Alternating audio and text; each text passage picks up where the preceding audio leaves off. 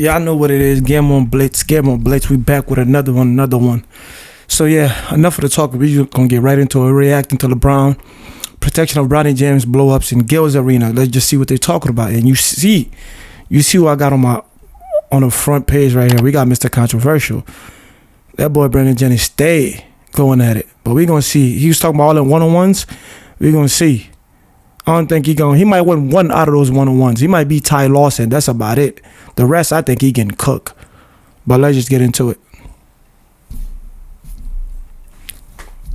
Recently, Bronny did an interview with Joe Vardon of The Athletic where he described his NBA experience so far, saying, quote, "I see everything that people are saying, and people think like I'm a fucking robot, like I don't have any feelings or emotions. I always try to just let it go through one ear and out the other, put my head down and come to work and be positive every day." So Bronny. Hey, Bronny said, look here. I'm taking names. I'm writing it down. Y'all think I'm a robot. I hear and see everything. I'm omnipresent. I'm all over the place. You say it. I know it. I hear it. I know what you look like. I know what you smell like. You feel me? But he let it go. I can see some maturity that just come with criticism, but it's too much sometimes. It's just gonna get too much. But hey, good for Bronny. Speak up for yourself. Feel me? Doesn't do interviews often, so it's interesting to hear him comment on this. He sees everything, like his pops. I take mental notes. Everything. On your shit. That effing robot, yeah, that's let you know he fed up. He tired. He tired. Yeah, He's tired. Like, listen, I'm not an effing robot. All right, y'all. He's letting y'all know. Like, all right. Not too much. So, do you understand Bronny's perspective on media coverage? Yes, it's too much. They drag. Hey, just something real quick. That nigga, Gil just be throwing on anything, bro. Rich, podcast booming. He just be throwing on anything, bro. Gil gotta be stopped. Gil just wear anything. Like what type of jeans are those? Like that's what the fuck is that? But let's continue. Like, he's letting y'all know. Like, person. all right. Not too much. So, do you understand? I hate that nigga jeans, bro. I'm sorry. Bronny's perspective on media coverage. Yes, it's too much. Too much. They dragged it. Yeah. They dragged it. This ain't the WNBA, boo-boo. I know, robot. The hater. It's understandable because, yeah, you're famous, right? Your dad is famous. You've been famous since, damn near you were born. And in a sense, you're watching 59 other players get grace. Exactly. You got, number one picks who can play through mistakes. No one's worried about it. No one's mentioned them, right? You got people behind me who's not in the league. You got people in the second round who making $12 million for the 3 to 4 years, and they haven't scored any buckets. They're in the G League, and everybody, for some reason, no one looks at them, and everyone's focusing on me and all my flaws, right? When I do good in this league, right? It's not the NBA. It's not the NBA. Right? But when I did bad down there, it's he can't even play in the G League. Right? So it's like he's sitting there like. I'm gonna let the commercial go. But just to speak on that, he does have a point, but also we have to look at it on the flip side of it, right?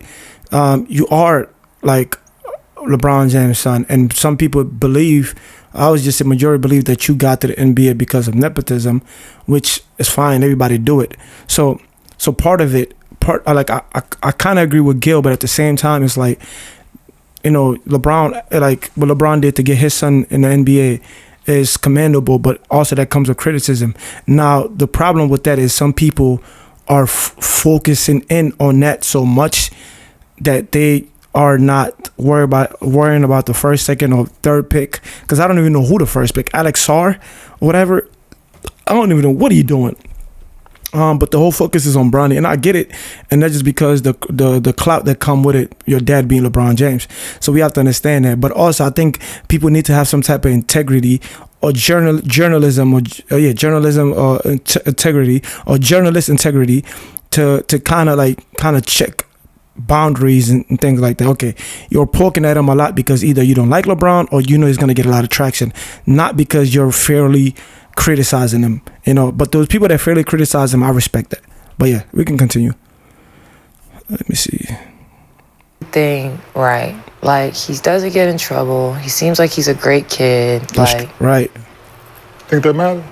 It should. It should matter. It should matter. It should matter. I didn't ask you that.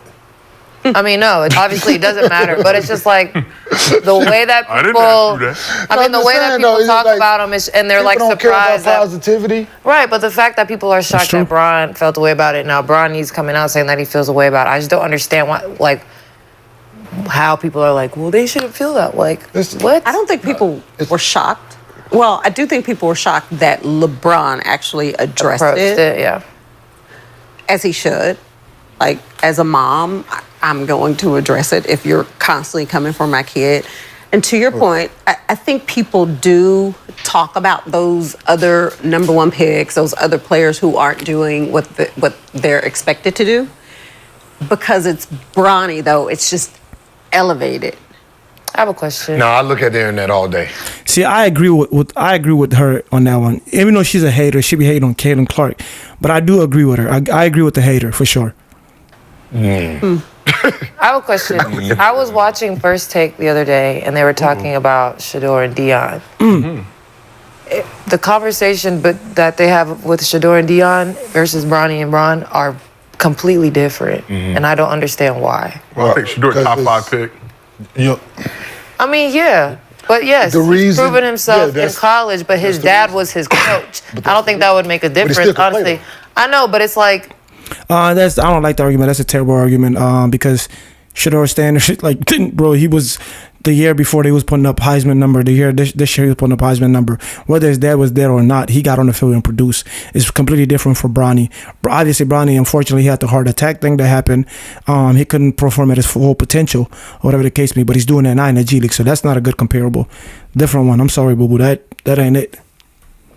Why can't That is the difference. But like, why aren't you supportive? But their logic was, this is a strong black man supporting his kid and da da da da. But they're people not taking up for LeBron. People saying like LeBron came to his defense and this, that, and the third. Yes, but you have to accept you don't have to accept it, but the criticism is going to come with it from the outside looking in, right?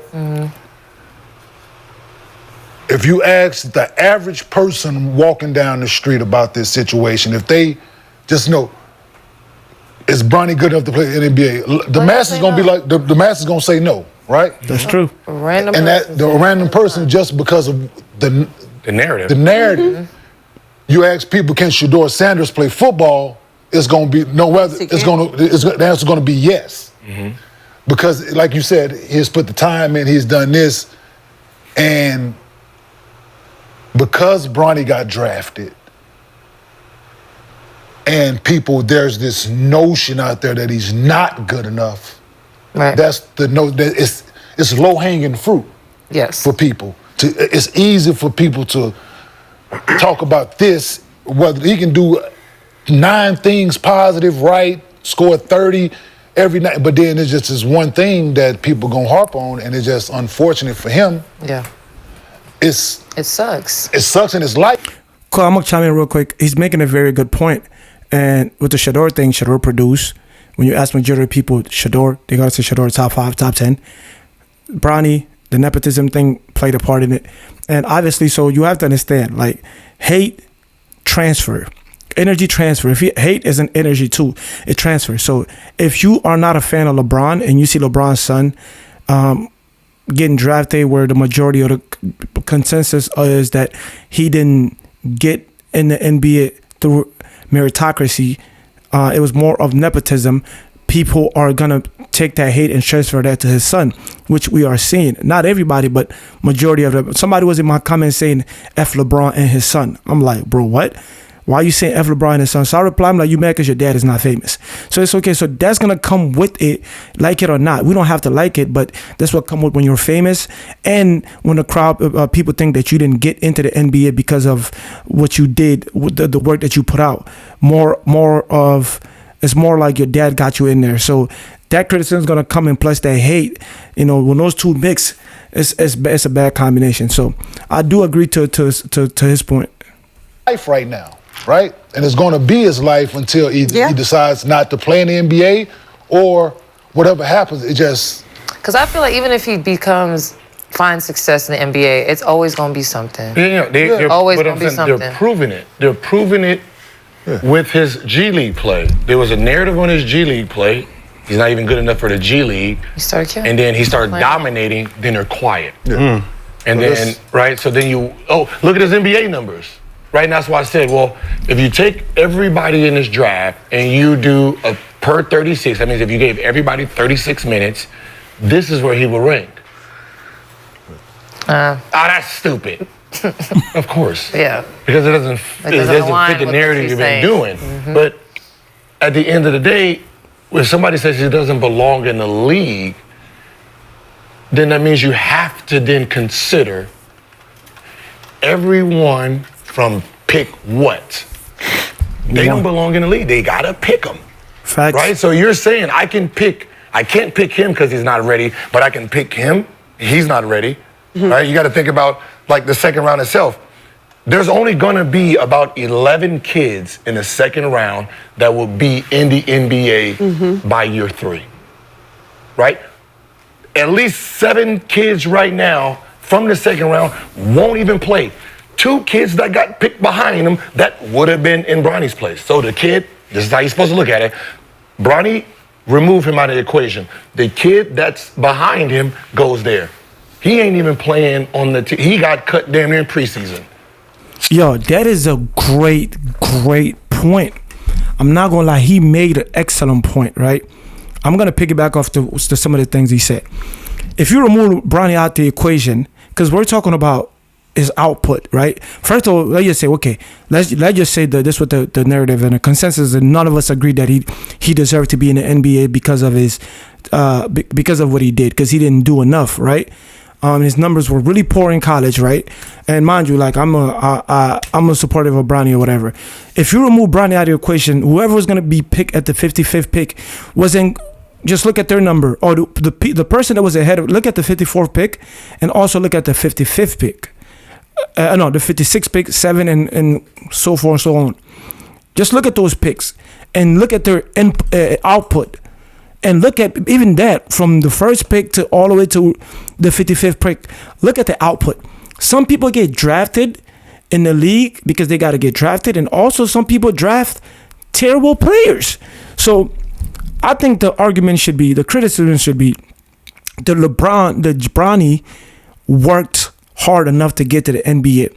That his output in college was deserving to get him a spot in the NBA team. No. That's one, I can give you that. Now, if you move along, now that he's in the NBA, the fact that he didn't get in there with his output in college, does it matter if he produced in a G League and possibly produce in the NBA? Does that narrative still can stand? But can we say that he's finally proven that he was deserving to be in this place, even though he got into the NBA through nepotism? So that's a great point that he's making, because if you look at a lot of those people in the G League aren't producing with the same amount of minutes that they're getting as Bronny. So at the end of the day, you might not like the way he got in the NBA, but his output is definitely showing that, you know, him being in the NBA he's capable of doing some things. Let's continue.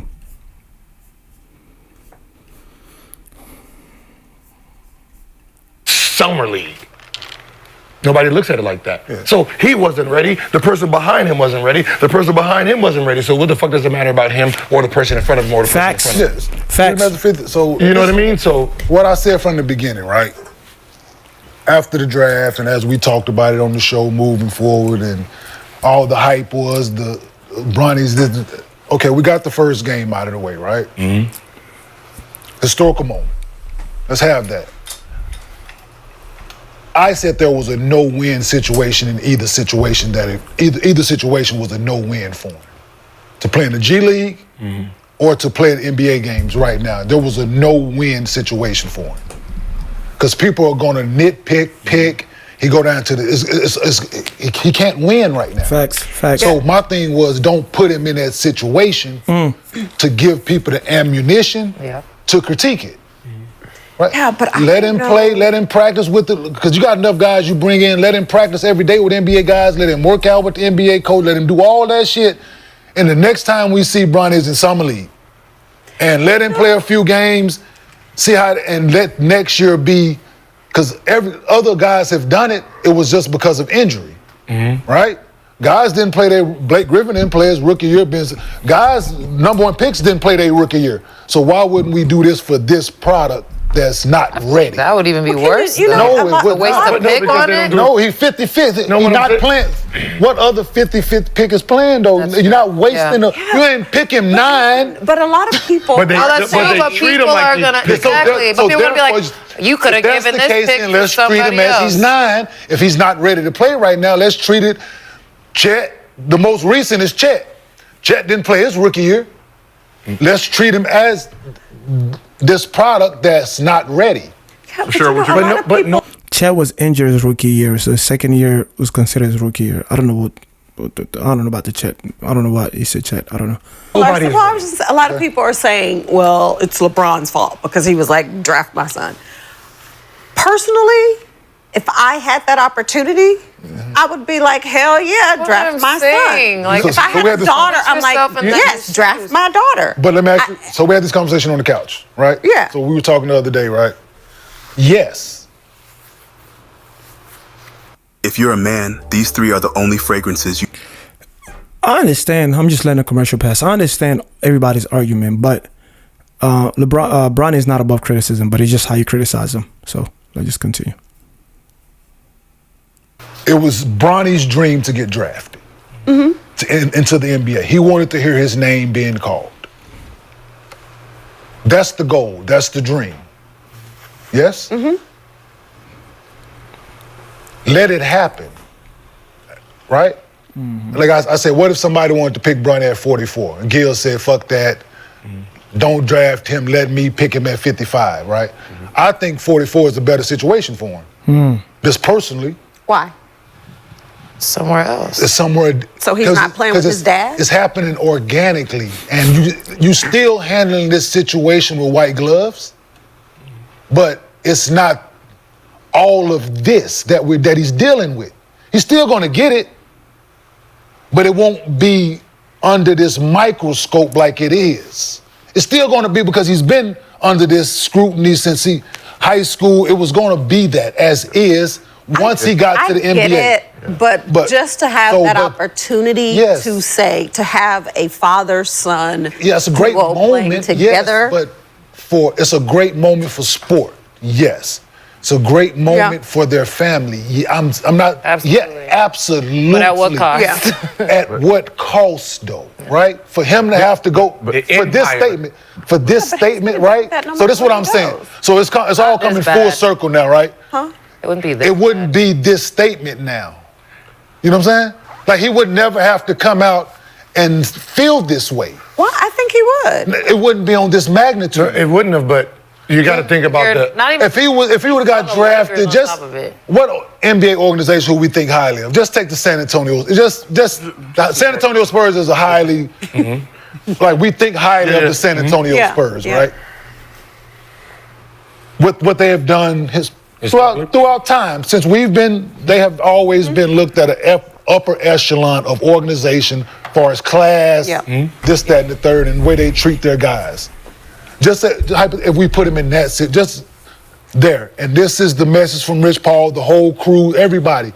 It ain't as being like in LA. You know what I'm saying? Storm here in LA. That's all I'm saying. Like, I'm happy for their absolutely, but it wouldn't have been all of this. But I think everyone's missing the biggest part of it, right?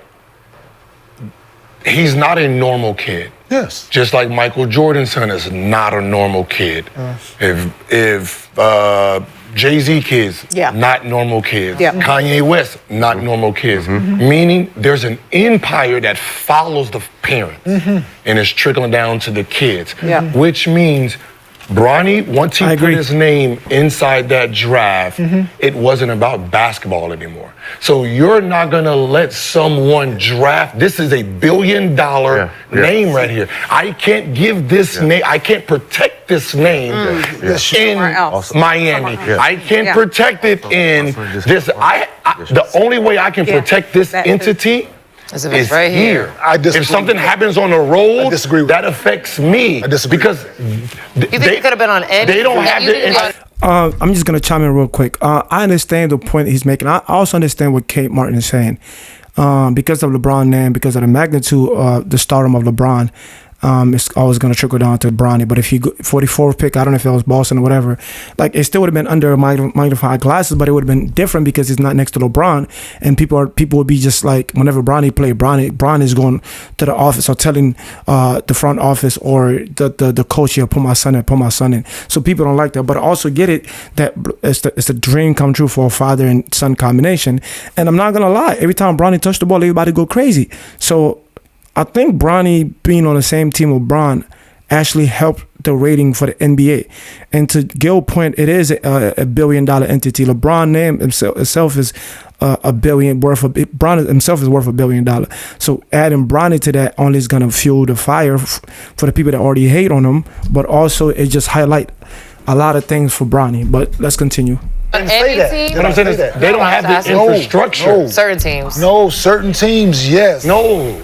I disagree with that, Gil. Because here I control everything in this umbrella. That's the I don't think. problem. Right. I don't so think. like, that's See, that's the problem right there, right? You want to control. That's the problem. Yes. As a child, he needs that. He's growing up. He's going to become a man. You need to raise him and start treating him as that. Yeah, that's a great point. And him being under this umbrella, it's not doing him any. But Obviously, it's messy. It's fucking with him. Yeah. You know what? Because he's a kid, and he's still trying to figure himself out in this world and who he needs to be, who he want to be, what he like, what he don't like, people he like, people he don't like. I shouldn't be have to constantly, since I've been a child, I've been forced because of who my dad is to this, right? Mm-hmm. I ain't saying this is his thought process, but you have to start letting, like, the fucking feet, like, you got to start giving line, dog, to let him grow up.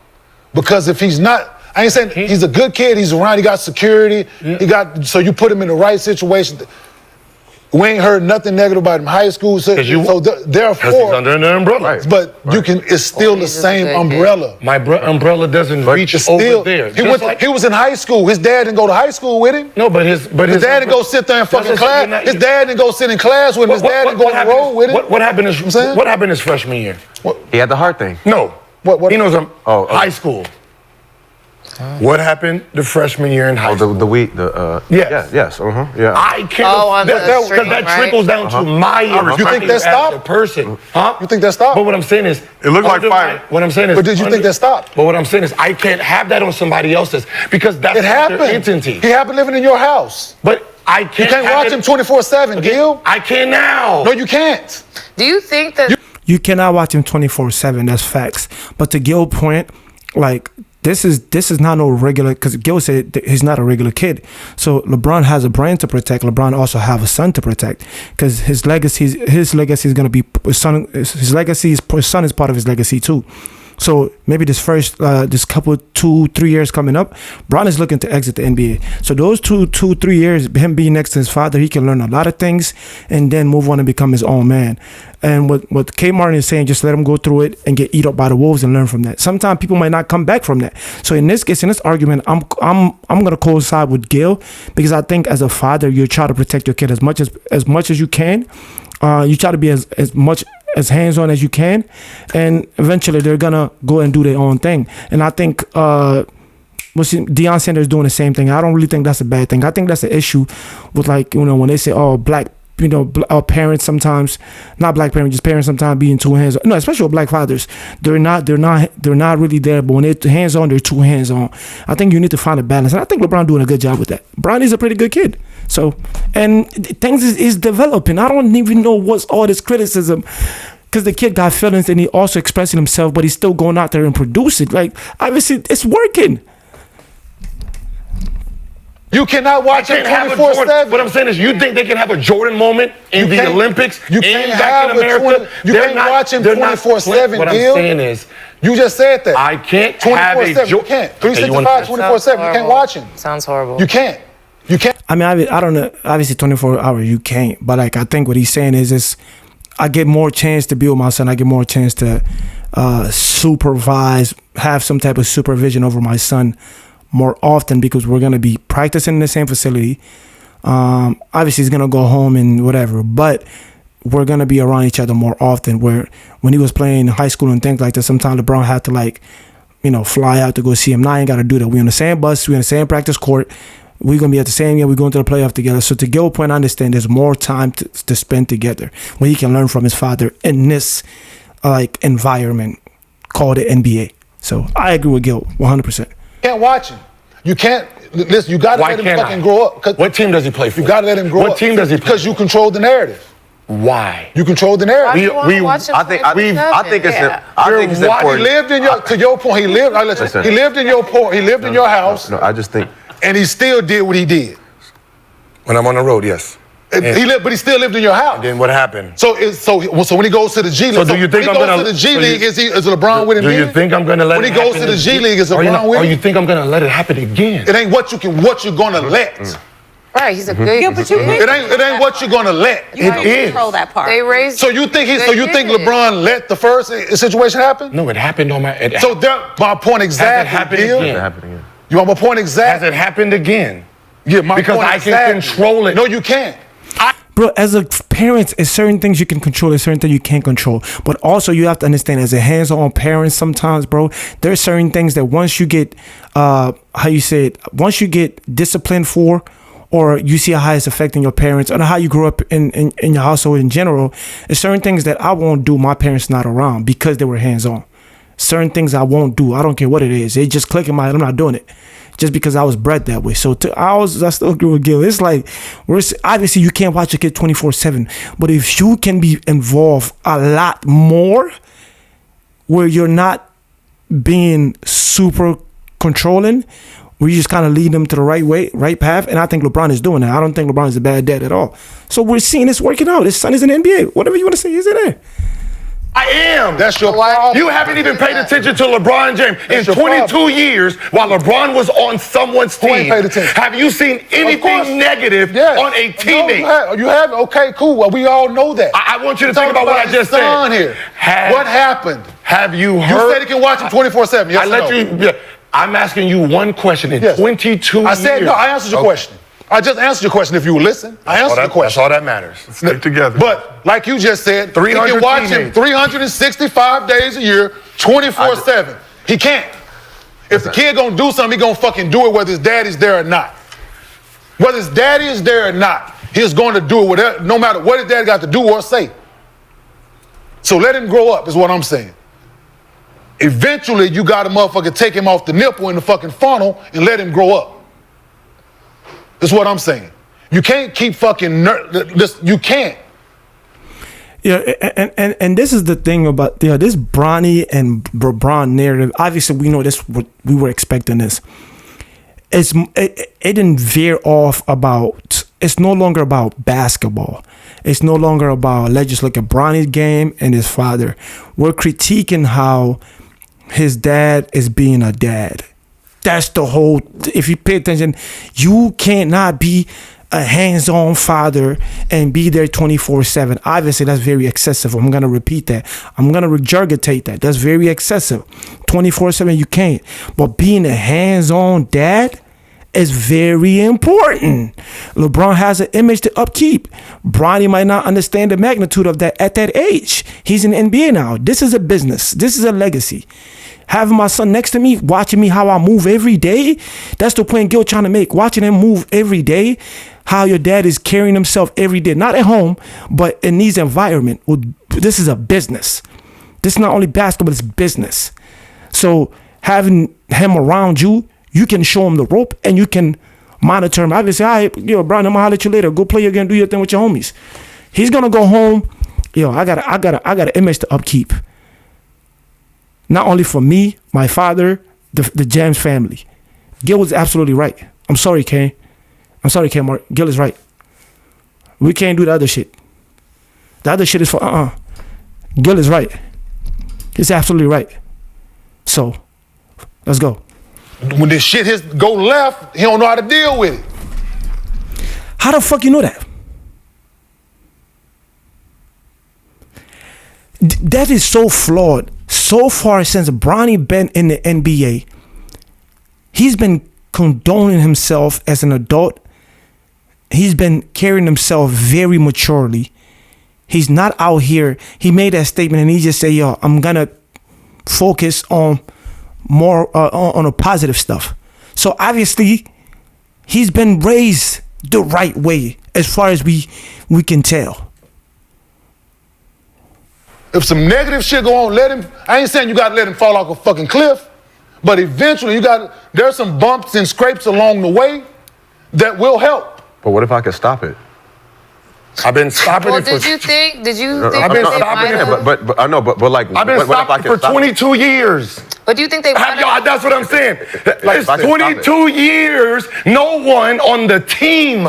All the personalities he's ever had on his team. Everybody knows They've never got in trouble. You want to reiterate again? Hey, everybody. Because people I let you talk, dog. People don't get in trouble with LeBron James. You already said. Okay, so you already said.